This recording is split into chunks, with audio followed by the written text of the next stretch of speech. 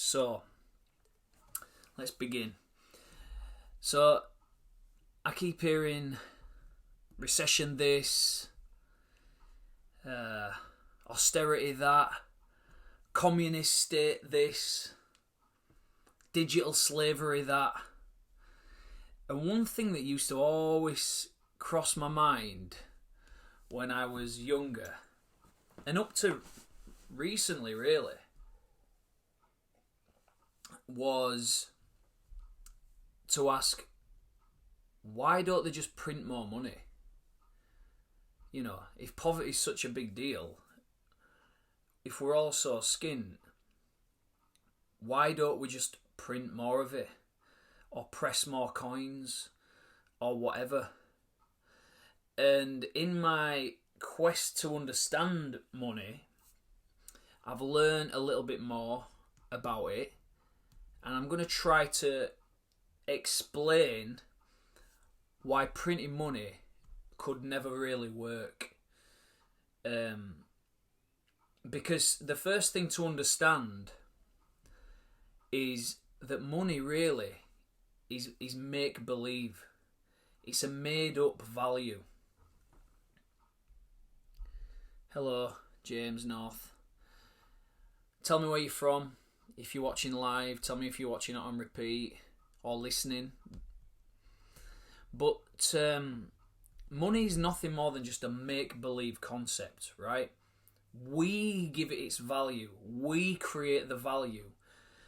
Our minds as humans are so powerful, and it's the reason why we've risen from the middle of the food chain, bang in the middle of the food chain, just a random average of physicality animal rose to the top of the food chain all of a sudden because of the way that we can think. We have this thing as humans called groupthink. We can tell stories and understand concepts better than any other animal on the planet. And this is where the concept of money starts, right? Money started as a means, like two animals will fight over something. Two cats will fight over a chicken bone. Two monkeys will fight over, a female. But humans learn to negotiate because we can think of concepts that aren't just me and you right now. And that's what set us apart. So we created money as a way of... We created trade as a way of not having to risk our lives fighting for something. Simply put. But have you ever heard of the phrase that there's enough money on the planet that every single person on the entire planet could be a millionaire? Have you ever heard that phrase? Now, that's true. With the amount of value that we give the money that's available right now. But in theory, there's enough money on the planet for every single person to be a trillionaire. There's not even one trillionaire on planet yet, or there's not supposed to be one trillionaire on planet. There might be a couple of oil people that are. But because it's a make-believe concept, we have the power to make-believe enough and groupthink it to a point where everyone, in theory, could become a trillionaire, right? And the simplest way to describe how it works, money, and why they could never print more of it.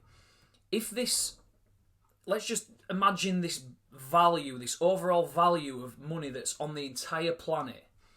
We collectively give it that value, however much that is, 70 trillion, whatever it's worth. Think of it like dilute juice, right?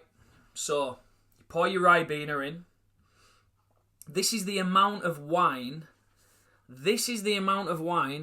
in my glass right now. Now, if I dilute that down, if I fill that to the top with water, is the wine the same? Is there the same amount of wine in there? Yes or no? And the answer in monetary terms is yes. So if I might have half a glass of wine. Cheers, Sean. Do you like it? I wore it especially for you, my bro. So the wine is at a certain level, but if I fill that to the top with water, if I top that with water, the amount of wine in there is the same. And in a similar way, the amount of money, value on the planet, if they print more money, all the Irish pieces of paper, the amount of valued money, the make-believe money that we all think is there, hasn't gone up yet. So that's why printing more money would never work. That's a simple way to put it. Think of it like dilute juice, or wine that you're going to top up with water.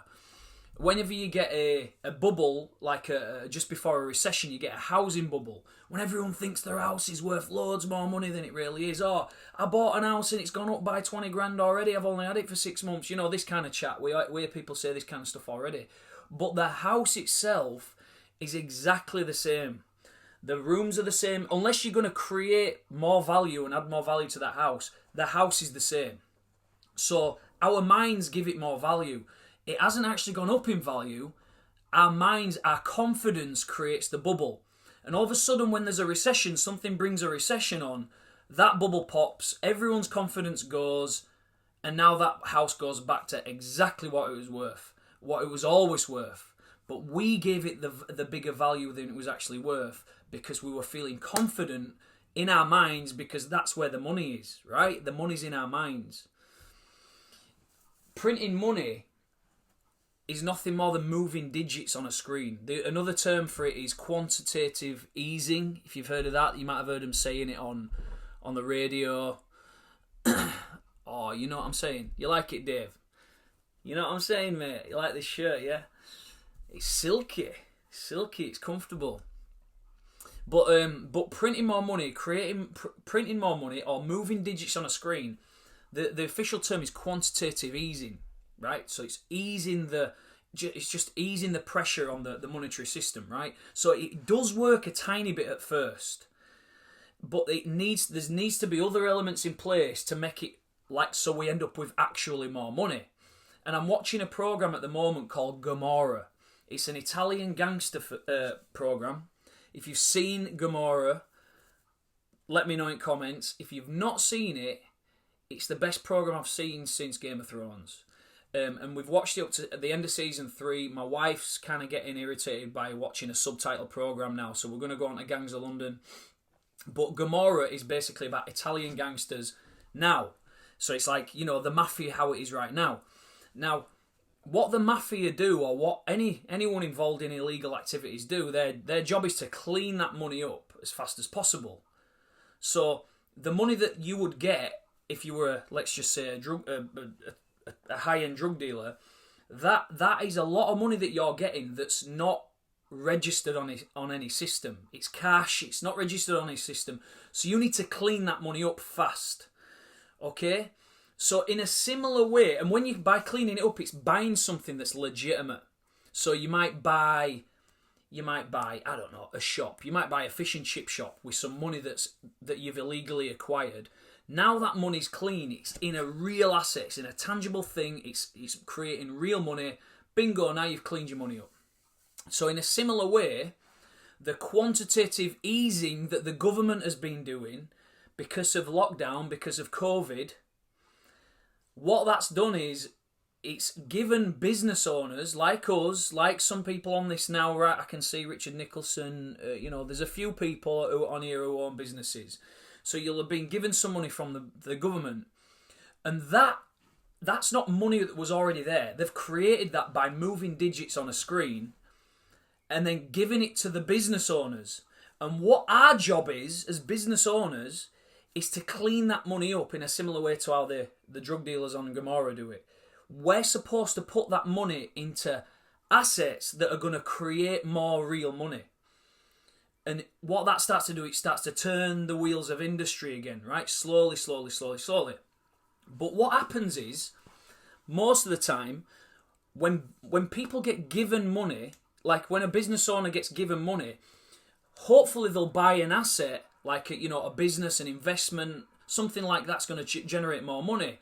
But what a lot of people are, we're short-term minded, we're greedy, we're show-offs, we're egotistical, and a lot of us, even business owners, would have failed the sweetie test that we've seen people having the kids do on social media a lot. We would have failed the marshmallow test, and we cannot wait to spend that money on liabilities, on shit that makes us appear like we're more successful than we really are. So show-offs and consumers will buy liabilities like holidays, nice clothes, just shit that just goes down in value, but appears like you've got more than what you have. That's what consumers will do. So what they do is waste the money, right? So business owners and people with money mindsets and rich people, they will use the quantitative easy money, the printed money, the money that's been created on digital screens by the government. They will use that to buy assets, which will create more money for them. Meanwhile, the poorer people, the people who've not been educated with money, they will buy crap and lose the money that they've been given. And just, like a poor person might buy a new car with that money, whereas a rich person will have a car shop and they'll be selling the poor people the cars, so they'll be earning even more money. And what tends to happen is this make-believe money that the government's been giving everyone, this quantitative easing money, there you go, there's 10 grand, there's a business bounce-back loan, take it, take the free money. So you take that money, but all what ends up happening is that money finds its way back into the hands of the people who understand how it works. And the people who don't understand how it works, and the greedy show-off consumers, end up spending it on crap, and it disappears back into the hands of the people with money. And the people without money end up with no money. And what it ends up doing is it creates more of a wealth gap. So the wealth gap gets bigger when they print money, when they give us more money for free. Because the people who know how to make money end up getting it back, and the people who know how to spend it end up giving it to the people who know how to make money. And it's as simple as that.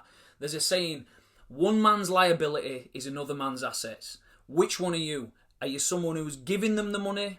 Or are you someone who's owed the money? And it's better to be the person who's owed the money. The only way that the only way that it could ever work, printing money, is if the working classes, me, you guys watching this, we're trading. We're using that money to trade and create business and create services and products that we need, that we all need and value, and we're all buying and trading from each other. That's what gets the economy going, not handouts. Handouts go straight into the pockets. They go into your pockets, you might feel flush for a little bit, but as soon as you buy that holiday, it's going straight to hotel owners, and he's using it to feather his nest. But trading, it's a risk. Nobody wants to spend the money because they're worried, and this is the thing. I'm glad I don't have to be the one with all the answers. To trade is a risk. You've got 10 grand. Why would you risk it on a business or whatever you're going to put it into? What if you lose it? But this is the thing, and when there's a recession, there's even less confidence in people spending. So it's really going to be difficult to get this economy turning around, but it will, but slowly, and it only starts to turn around when people like you and me start to actually try to do something rather than just fucking consume and spend like a lazy bastard that we got taught to be at school. Look, you can learn a lot more about this kind of stuff. There's an audio book I've got. I'll send you it for free if you want to jump into my messages. It's Rich Dad Poor Dad, it's called. It's a brilliant book. I recommend it to everyone and anyone. But look, man, just don't take my word for it. Take other people's word for it. But the reason why printing money doesn't work is because that money ends up in the hands of the people who know how to make it. The wealth cap just gets bigger and bigger and bigger, and you end up with riots on the street eventually. Anyway, enjoy the rest of your night. I've not even had a drink of my wine. I'm going to drink this now. I love you, and I'll see you later on. Bye.